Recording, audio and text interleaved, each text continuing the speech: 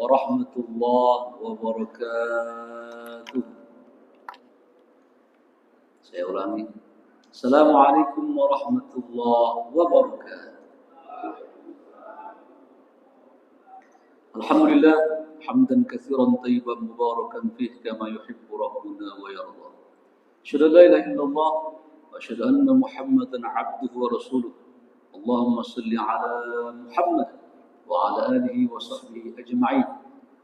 Wa qala Nabi sallallahu alaihi wasallam, "Majtama'a qaumin fi baitin min buyutillah." Rasul bersabda, tidaklah segolongan orang, kata Nabi, duduk-duduk berbetah-betah di masjid. Lalu apa yang mereka lakukan di masjid? Duduk-duduk berbetah-betah. Tidak ada yang menambat mereka di masjid, duduk di masjid, yatluna kitab Allah. Karena mereka sedang membaca ayat Allah, membaca Al-Quran. Au yatadarusuna. Atau tidak ada yang membuat mereka duduk di masjid karena mereka ingin tadarus. Tadarus itu belajar, ta'lim. Kecuali mereka, kata Nabi, diberi oleh Allah 4 keistimewaan. Yang pertama, nazalat alaihimus sakinah. Allah turunkan kepada mereka ketenangan. Yang kedua, wa khasyatumur rahmah. Allah liputi mereka dengan rahmat dan kasih sayang Allah. Yang ketiga, wa haffathumul malaikah. Di antara mereka ada duduk para malaikat. Namanya malaikat sayyahid. Di mana majelis, malaikat itu duduk. Malaikat itu mendoakan mereka yang duduk-duduk di masjid. Wa dzakaruhumullahu fi man 'indah. Dan Nabi mengatakan Allah menyebut nama mereka satu persatu.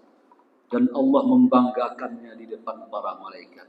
Mungkin mereka tak dikenal di dunia, tapi mereka dikenal di langit disebabkan mereka rajin di majlis ta'lim. Majlis ta'lim tempat beribadah kepada Allah Subhanahu wa taala. Kita tahu bahwa Raudhah cuma satu. Cuma ada di Madinah, di Masjid Nabawi. Tapi pahala Raudhah, orang yang berebut Raudhah itu disebar oleh Allah di permukaan bumi.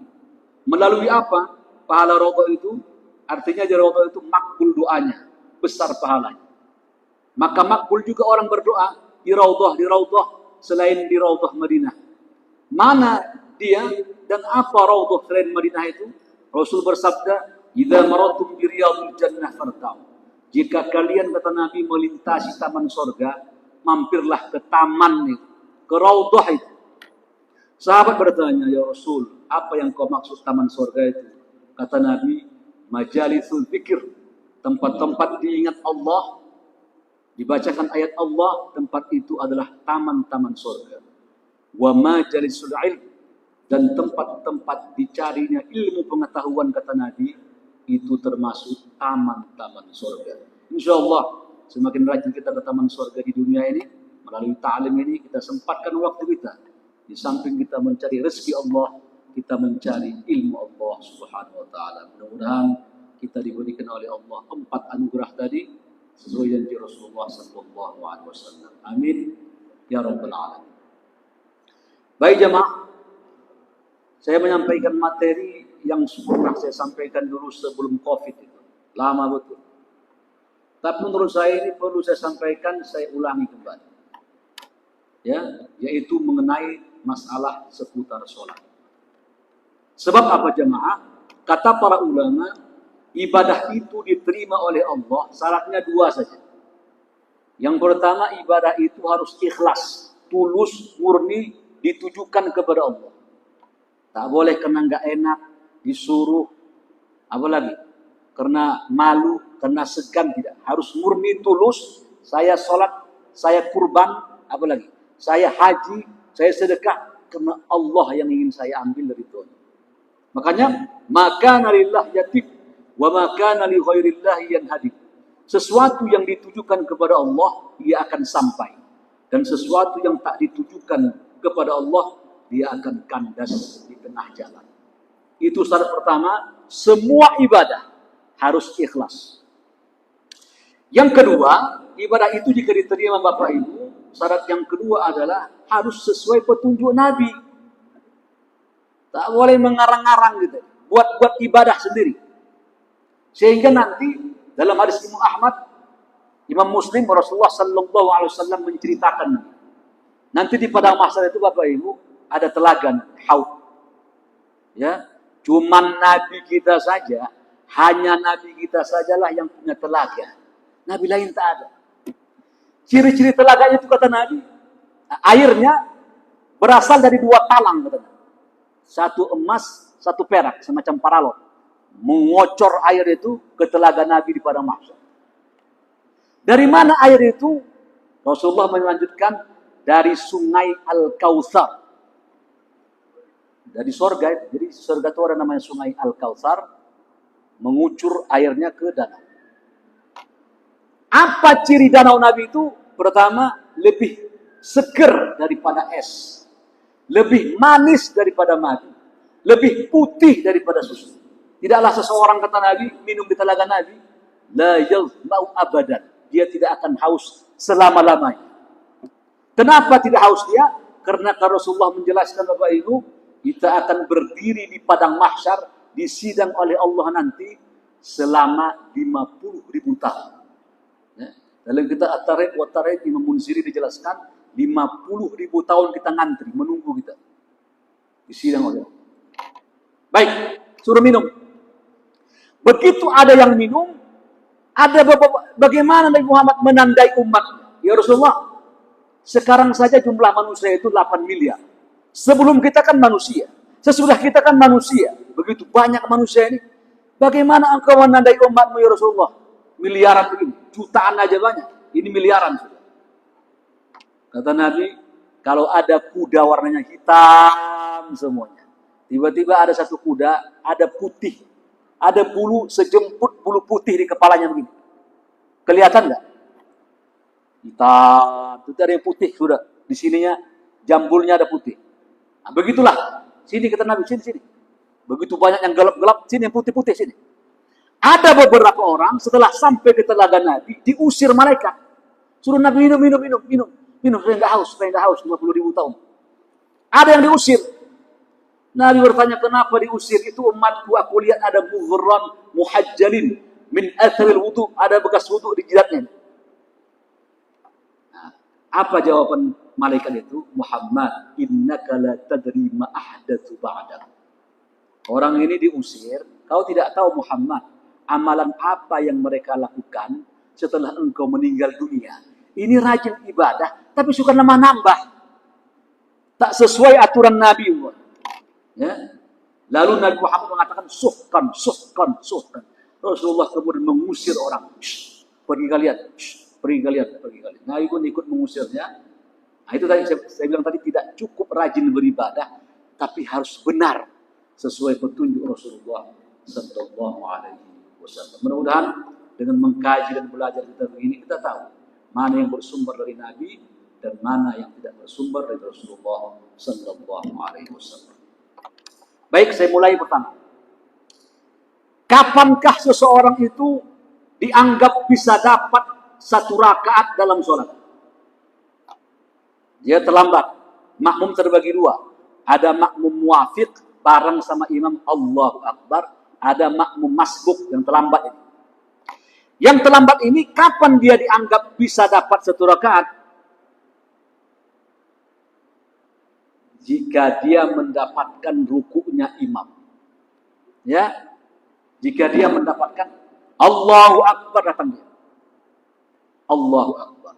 Imam Syafi'i menjelaskan dia sempat mengucapkan Subhana rabbiyal azimi wa bihamdi sekali saja. Allahu Akbar datang dia. Cuk. Allah. Subhana rabbiyal azimi wa bihamdi. Sami'allahu liman hamidah. Dapat berarti. Ya, ingat ini ya. Soalnya kalau begitu nanti khawatir tak diterima sholat karena nggak dapat. Nah. Yang salah bagaimana? Datang dia. Allahu Akbar datang dia. Begitu dia Allahu Akbar. Sami Allah. Begitu dia ruku udah sami Allah. Tak sempat dia membaca Subhan rabbiyal azimi wa bihamdi. Memang dia baca Subhan rabbiyal azimi wa bihamdi. Dia baca, tapi posisi imam sudah naik ke atas. Tak dapat 1 rakaat itu. Keluarlah dia dari masjid 3 rakaat zuhurnya. Ya, ini tolong diperhatikan ini.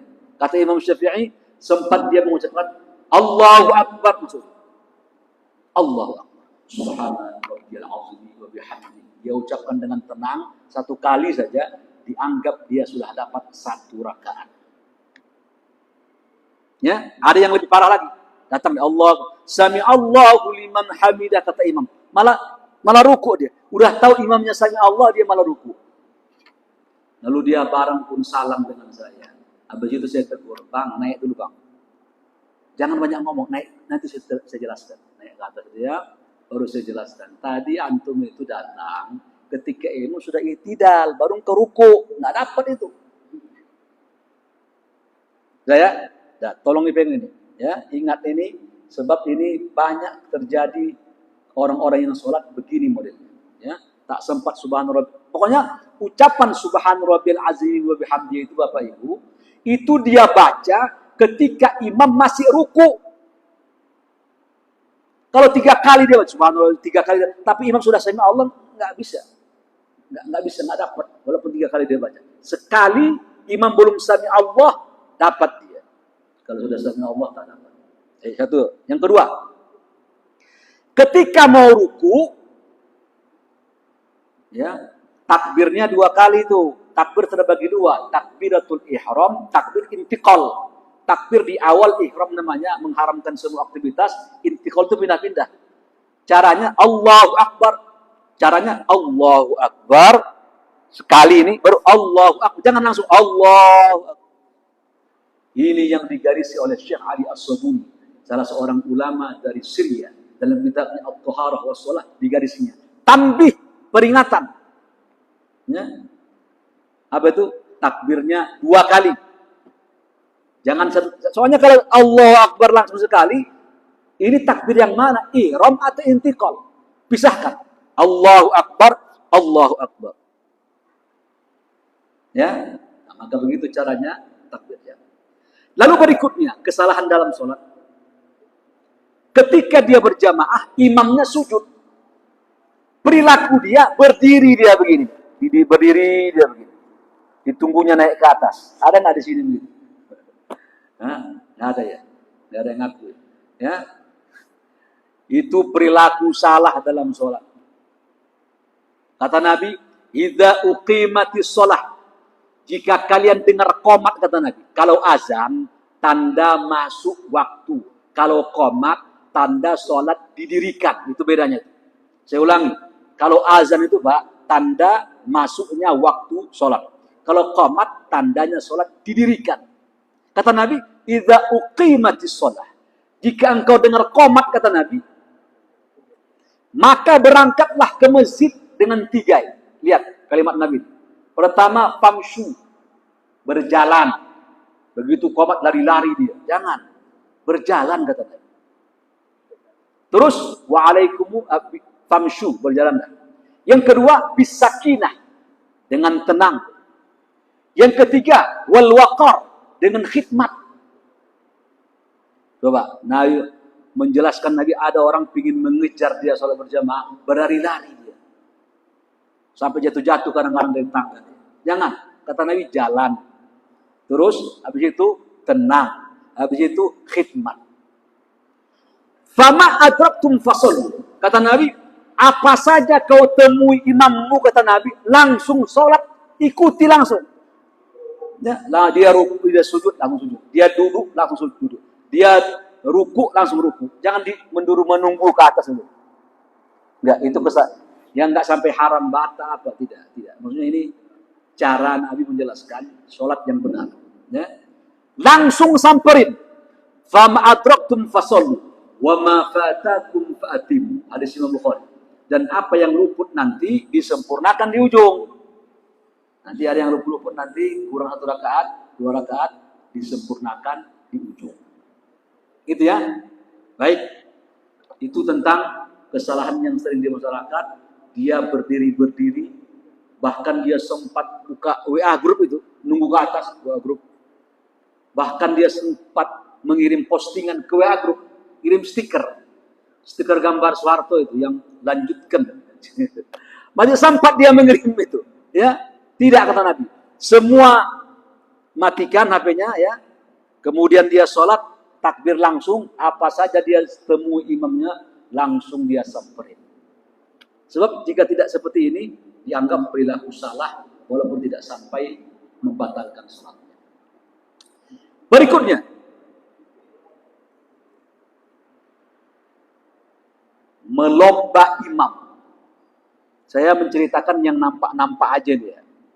Yang jelas kita lihat gitu sehari-hari. Melomba imam. Nabi mengancam seseorang yang suka melomba imam, ya, apa itu? Akan dibangkitkan dalam kondisi kepalanya keledai. Ya. Baik, saya akan bagi 3 format. Melomba imam itu ada 3 tipe. Melomba imam itu ada 3 tipe. Tipe pertama batal. Umpamanya begitu. Imamnya alaihissallahu bi ahkamil hakimin. Imam belum bergerak, imam belum mengucapkan Allahu Akbar, tiba-tiba ruku dia. Batal sholatnya. Walaupun nanti sesudah itu dia bareng lagi rapi, udah batal dia. Kewajiban kita, Pak, mengikuti imam itu pada takbirnya, bukan gerakannya. Saya ulangi ya. Kewajiban kita mengikuti imam itu pada takbir yang dia baca, bukan gerakannya. Jadi kalau ada orang tua imam di sini nih, di masjid lah ya, Allahu Akbar, tiba-tiba anak muda di ujung sana langsung berdiri dia. Begitu dia berdiri, dilihatnya kakek-kakek ini baru naik ke atas, baru ke atas dia, udah Allahu Akbar dia dengar. Tapi kakek ini kena imam dia asap urat nyari kambuh, dia naik ke atas agak goyang-goyang gitu. Anak muda ini sudah berdiri kepalanya begini nih, kakek itu baru nongol ke atas. Batal nggak? Nggak batal. Karena kewajiban dia sudah mendengar Allahu Akbar. Yang batal itu kadang-kadang makmum ini di belakang imam. Ya, belakang imam. Begitu imam belum mengucapkan Allahu Akbar, tapi bergerak imam, dia pun bergerak, batal ini. Ya, berarti nggak? Dalam kitab Sifatus Shalah dijelaskan begini, buku Nasruddin Albani. Ada hadis begini. Ada 3 cara sholat takbir, Pak. Yang 3-tiganya dibolehkan. Pertama, barang ucapan sama gerakan. Allah. Ini ngomong, ini angkat, boleh. Yang kedua, ucapan dulu baru gerakan. Allahu Akbar. Boleh, ada hadisnya soalnya. Yang ketiga, gerakan dulu baru ucapan. Allahu Akbar. 3-tiganya boleh. Mungkin imam ini bergerak dulu ke atas, naik ke atas. Allahu Akbar, supaya makmum gak melomba dia. Ya. Maka 3 hal ini boleh untuk dilakukan. Baik, kembali kita. Yang pertama batal. Dianggap dia melomba imam. Yang kedua, tidak batal. Tapi dia dianggap oleh Imam Nawawi melomba imam. Dan ini sering kita lakukan. Yang mana itu? Begitu imamnya Allah, udah bergerak dia. Baru imamnya Sami'a, udah bergerak dia. Ada nggak di sini begitu? Ya. Allah, baru Allah imamnya bergerak. Hadza min fi'lil qabih. Kata Imam Nawawi, ini perilaku buruk makmum. Imam belum kelar mengucapkan sampai bar atau hamidah, udah bergerak dia. Sekarang saya tanya, kita berjamaah ini mengikuti imam atau membarengin imam? Tuh. Hah? Ayo. Ya. Kita salatnya mengikuti atau membarengin? Mengikuti kan? Namanya mengikuti kan di belakang. Kalau Bapak sami'a, Bapak angkat kepala, itu namanya berjalan berduaan, berending namanya. Kalau di belakang, duluan dia di depan dong. Makanya kata Nabi, ayuhan nas, wahai manusia kata Nabi, inni imamukum. Sesungguhnya aku kata Nabi, imam kalian. Fala tastabiquni, jangan lomba aku. Jangan duluanin aku. Dalam hal ruku, sujud, dan ketika berpaling. Ya, ini ya, sami'a, baru sami Allah, baru sami Allah, angkat kepala. Ini kategori melomba, hanya nggak batal. Ya, Allah, baru Allah dia ke bawah, kita pun ikut Allah. Ini kategori melomba. Hukumnya makruh. Terus Pak, yang paling afdal mana Pak? Yang paling afdal yang terakhir. Selesaikan bacaan takbir imam. Ya, Allahu Akbar baru bergerak. Sami Allahu liman hamidah baru bergerak. Allahu Akbar baru bergerak. Dua hal dalam sholat ini perhatikan. Pertama, jangan melomba imam. Yang kedua, jangan telat-telat. Telat-telat. Iyyaka na'budu wa iyyaka nasta'in. Allahu Akbar. Inna salatakum salatul ladzim ta'ala. Enggak boleh telat-telat, tuh enggak boleh. Tapi saya enggak sempurna, Pak. Kata Nabi, kalau berjamaah itu, Pak, semua bacaan kita di cover imam. Kata Nabi, qiraatul imam qiraatul makmum. Bacaan imam, kata Nabi, bacaan makmum juga. Jika imam sudah bacanya kelar, maka makmum dianggap sudah membacanya dengan di cover oleh bacaan imam tadi. Ya. Jadi bagaimana? Telat-telat. Allahu Akbar, ruku kan? Terus sami Allahu liman hamidah. Subhanallahil azim. Masih membaca dia. Baru sami Allah. Allahu Akbar. Allah. Lambat-lambat itu termasuk kesalahan sholat. Lambat-lambat itu termasuk kesalahan sholat. Makanya dulu saya mencari, ada nggak anjuran sujud terakhir lama? Saya belum memfatwakannya. Tapi dalam pencarian saya, tak ada anjuran sujud lama terakhir sholat. Nggak ada.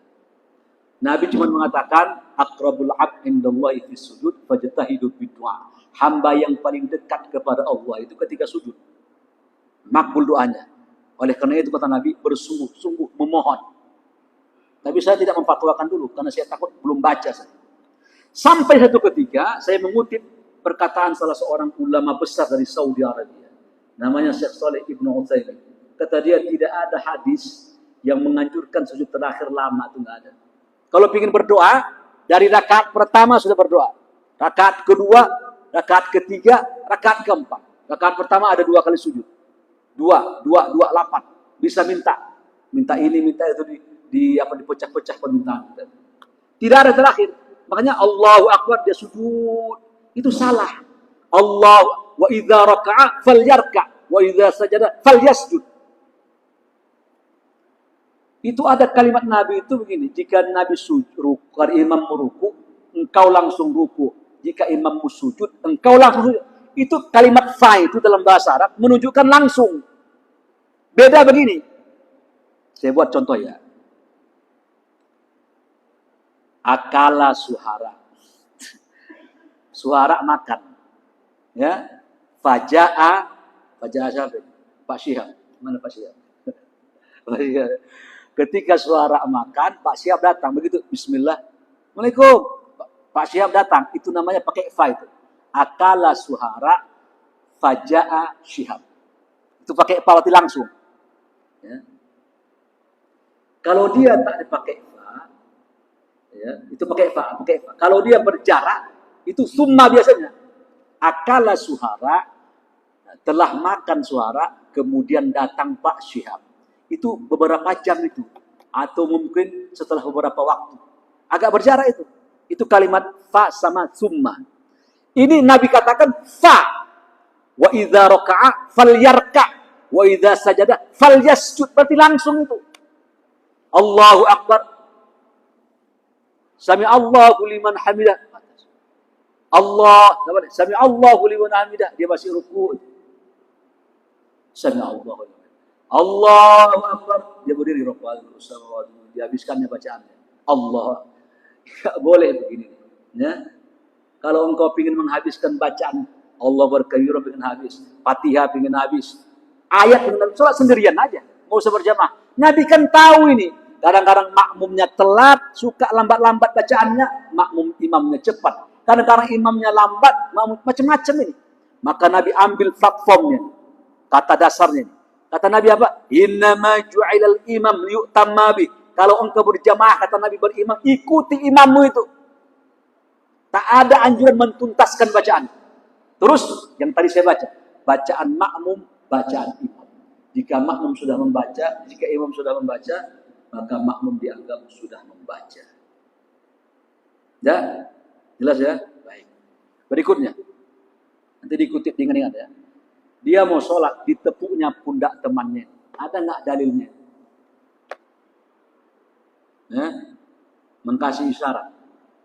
Sebenarnya begini Pak, kalau Bapak ingin berjamaah, itu tak usah dan tidak perlu memukul pundaknya. Bapak cukup menempel ke dia sholat, nempelkan.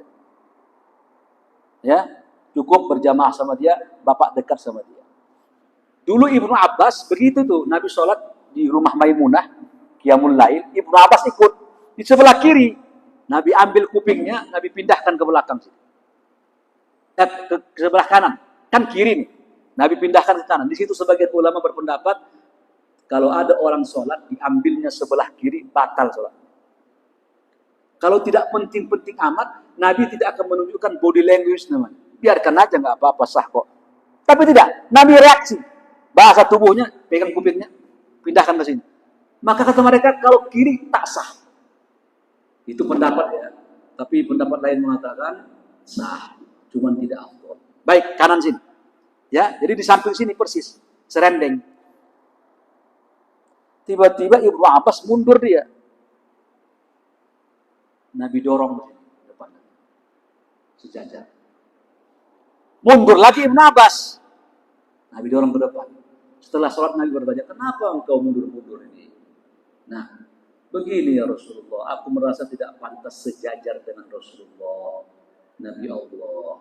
Alasan dia begitu. Ya, tapi fikihnya serendeng perilaku Nabi. Maka mazhab Syafi'i mengambil perilaku Ibnu Abbas ini boleh agak berjarak. Mazhab Syafi'i ya.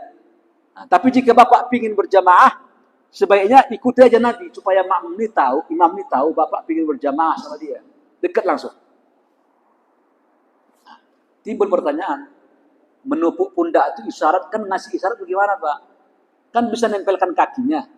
Serendeng begini dekat-dekat. Gak mungkin dia ngapain ikut? Kan gak mungkin. Kan dia pasti bareng ikut, dibiarin sama dia kan. Kecuali kalau dia bergeser begini. Begitu dia pingin nempel, bergeser dia. Saya pernah dulu sholat di sebuah masjid. Itu makmumnya kan apa itu? Agak renggang begini. Saya pegang ininya supaya saya tarik pahannya begitu. Saya tarik lagi pelan-pelan supaya rapat. Dia pegangnya begini. Nggak dikasihnya sekul saya ambil. Itu lain itu perilaku. Seharusnya dia harus mengikuti itu untuk rapat safnya. Ya. Nah, baik, kita tinggalkan dulu. Jadi jamaah rahimakumullah, ya. Tadi sampai mana tadi? Apa kita penjelasan dulu? Ya. Jadi caranya bagaimana tadi? Mepet branding seperti. Pukul begini bagaimana, Pak? Baik, kita cari dulu dalil. Kita dulu apa namanya nih? Searching dulu ya Google apa? Kita cari dulu, loading dulu. Ada nggak dalilnya? Boleh nggak memberi isyarat dalam sholat? Ternyata ada. Hadis Imam Bukhari, Nabi sholat. Duduk. Ketika Nabi duduk sholat, tiba-tiba para sahabat berdiri. Nabi kasih isyarat begini. Suruh duduk. Tak boleh imam duduk, kalian berdiri. Imam Nabi waktu itu sakit. Karena Nabi sakit, beliau duduk. Sahabat tak sakit, tetap Nabi suruh duduk. Itu aturannya ya. Satu. Itu dalil pertama. Hadis Imam Bukhari memberi isyarat dalam sholat. Yang kedua, ada sahabat ketika sholat jamaah bersin. Alhamdulillahirabbil alamin. Dia bilang begitu tuh. Apalagi kalau pas baca Fatihah. Alhamdulillahirabbil alamin sekalian ya dibacanya. Baik, begitu dia membaca alhamdulillah, sahabat samping mengucapkan yarhamukallah. Para sahabat yang lain memukul-mukul pahanya. Menyuruh dia diam. Habis sholat dikatakan kepada begini, aturannya begini. Jika ada orang bersimpah dalam kondisi sholat, boleh nggak mengucapkan alhamdulillah? Jawabannya boleh. Sebab dia dianggap berzikir itu. Karena sholat ini kan zikir. Tak boleh disambut. Karena al-kalam fi sholati mubtil. Dialog dalam sholat batal. Ini dialog nih, hanya bentuknya doa. Ngomong-ngomong gitu kan nggak boleh dalam sholat. Ini bentuknya dialog. Ini alhamdulillah disambut sama dia dengan yarhamukallah. Ini dialog hanya bentuknya doa. Bisa batal sholat. Makanya kalau alhamdulillah, jangan disambut yarhamukallah. Dia ngomong lagi, yahdikumullah. Jadi rame sholat. Jadi bersin, alhamdulillah. Yang bersin aja boleh. Yang dengar jangan jawab, diam aja. Baik. Oh, ternyata beri isyarat dalam sholat tadi sahabat mukul pahanya, Nabi kasih boleh. Beri isyarat dalam sholat hukumnya boleh. Namun kalau beri isyaratnya, penjelasannya jangan ketika di luar sholat. Tok Allahu Akbar. Itu salah. Yang benar Allahu Akbar dalam sholat. Kalau di luar sholat dia tepuk punggungnya, itu kategori mengganggu orang sholat. Ya, mengganggu. Kalau dia dalam sholat, itu kategori isyarat yang dibolehkan. Karena Nabi juga melakukan.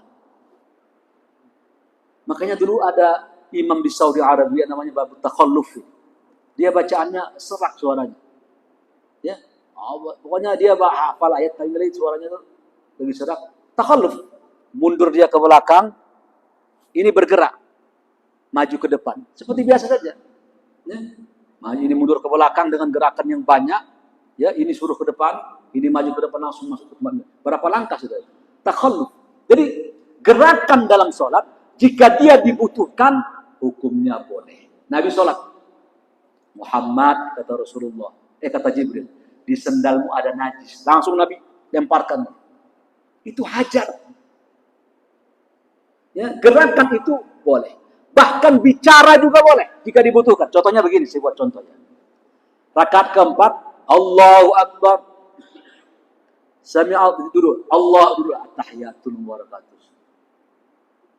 Begitu imam assalamualaikum warahmatullah, assalamualaikum warahmatullah. Makmum berkata subhanallah. Naik dia ke atas. Subhanallah. Salah saya di mana? Dulu dia. Subhanallah. Dia bingung mana salahnya. Ternyata salah dia, imam ini salahnya. Dia sujudnya baru sekali. Begitu Allahu Akbar, at-tahiyatul. Bukan wafirli warhamni. Lupa. Bagaimana cara mengasih tahunya? Dia nggak tahu salah. Naik ke atas, subhanallah. Duduk, subhanallah. Salam, salah saya apa? Dia nggak tahu salah dia. Maka dalam mazhab Maliki dijelaskan boleh ngomong makmum ini. Imam, engkau kurang satu kali sujud lagi. Allahu Akbar, Allahu Akbar. Duduk baru tahiyat. Sebelumnya sujud sahwi. Ini kejadian di zaman Nabi. Hadis sahih Imam Bukhari. Nabi sholat zuhur 5 rakaat. Assalamualaikum warahmatullahi wabarakatuh. Barra bin Azib waktu itu menegur Nabi. Ya Rasulullah, memangnya sholat zuhur sekarang 5 rakaat ya? Ya, 5 rakaat. Nabi berpaling kepada sahabat yang lain. Kalian, memang saya sholat 5 rakaat, kata Nabi kepada sahabat yang lain. Iya ya Rasul. Langsung Nabi sujud sahwi. Nggak mungkin nambah kan? Mau nambah jadi 6 jadinya kan? Ya, langsung Nabi sujud sahwi. Hadisnya menjelaskan, yang saya katakan ngomong itu loh. Satu kasus sholat Isya. Nabi rakaat kedua langsung salam. Ya Rasulullah, emang sholat Isya emang 2 rakaat. Nabi bertanya lagi, memang sholat saya 2 rakaat. Iya ya Rasulullah. Naik lagi Nabi Muhammad menambah 2 rakaat. Lalu beliau sujud sahwi sebelum salam. Ya, kalau ketemu kasus, ini kan kasus namanya. Dulu kita tarik dulu ke belakang ini benang merahnya. Dulu Pak, dulu sholat itu boleh ngobrol-ngobrol. Sehingga para sahabat dulu berbincang-bincang sedang sholat itu. Sebagaimana dulu sholat boleh ketika itu mabuk. Karena belum sempurna dalil ini. Begitu turun hafidhu ala salawati wassalawatil wusta wa qumu lillahi qanitin. Setelah turun ayat ini tak boleh lagi ngomong-ngomong dalam sholat. Tapi bekas itu bisa terambil kembali dan dibolehkan ketika darurat. Yang tadi kasus tadi. Maka Nabi ketika salam tadi, emang saya 5 rakaat, langsung Nabi Muhammad berdiri langsung. Ya, baik, itulah aturan-aturan yang dijelaskan oleh Rasulullah SAW ketika kita mendapatkan komplit permasalahan di dalam sholat. Demikian dapat saya sampaikan. Karena waktu juga usaha kita, mudah-mudahan semakin bagus sholat kita, semakin diterima oleh Allah Subhanahu Wa Taala. Terima kasih. Mohon maaf kurang lebihnya. Subhanakallahumma wa bihamdik, asyhadu an la ilaha illa anta, astaghfiruka wa atubu ilaik. Walhamdulillahirabbil alamin. Wassalamu alaikum warahmatullahi wabarakatuh.